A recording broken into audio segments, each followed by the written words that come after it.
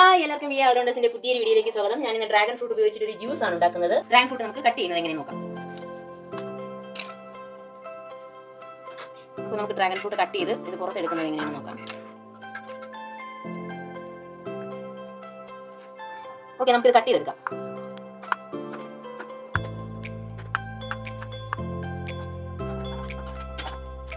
Okay guys, ഞാനിത് cut ചെയ്തെടുത്തിട്ടുണ്ട്.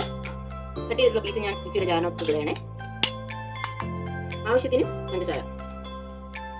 ഇത് ഓപ്ഷണലാണ്. ഞാനൊരു 2-3 തുള്ളി നാരങ്ങ നീരും കൂടി ഇതിനകത്ത് ഒഴിക്കുന്നുണ്ട്. കുറച്ച് തണുപ്പിന് വേണ്ടിയിട്ട് നമുക്ക് 2 പീസ് ഐസ് ക്യൂബ് കൂടെ ഇട്ട് കൊടുക്കാം. ഇതൊന്ന് അരച്ചെടുത്തിട്ട് വരാം. ഓക്കെ, നമുക്ക് ഇതിനകത്ത് കുറച്ച് കസ്കസ് ഇട്ട് കൊടുക്കാം. ഞാൻ ആദ്യമേ തന്നെ വെള്ളത്തിൽ വെച്ചിട്ടുണ്ടായിരുന്നു. ഓക്കെ, നമുക്ക് അരച്ചെടുത്ത ഡ്രാഗൺ ഫ്രൂട്ട് ജ്യൂസ് ഇതിനകത്ത് ഒഴിച്ചു കൊടുക്കാം. ഞാൻ സ്ക്വയറായിട്ട് കട്ട് ചെയ്ത് വെച്ചിരിക്കുന്ന ഡ്രാഗൺ ഫ്രൂട്ട് പീസ് ഇതിനകത്ത് ഇടണേ.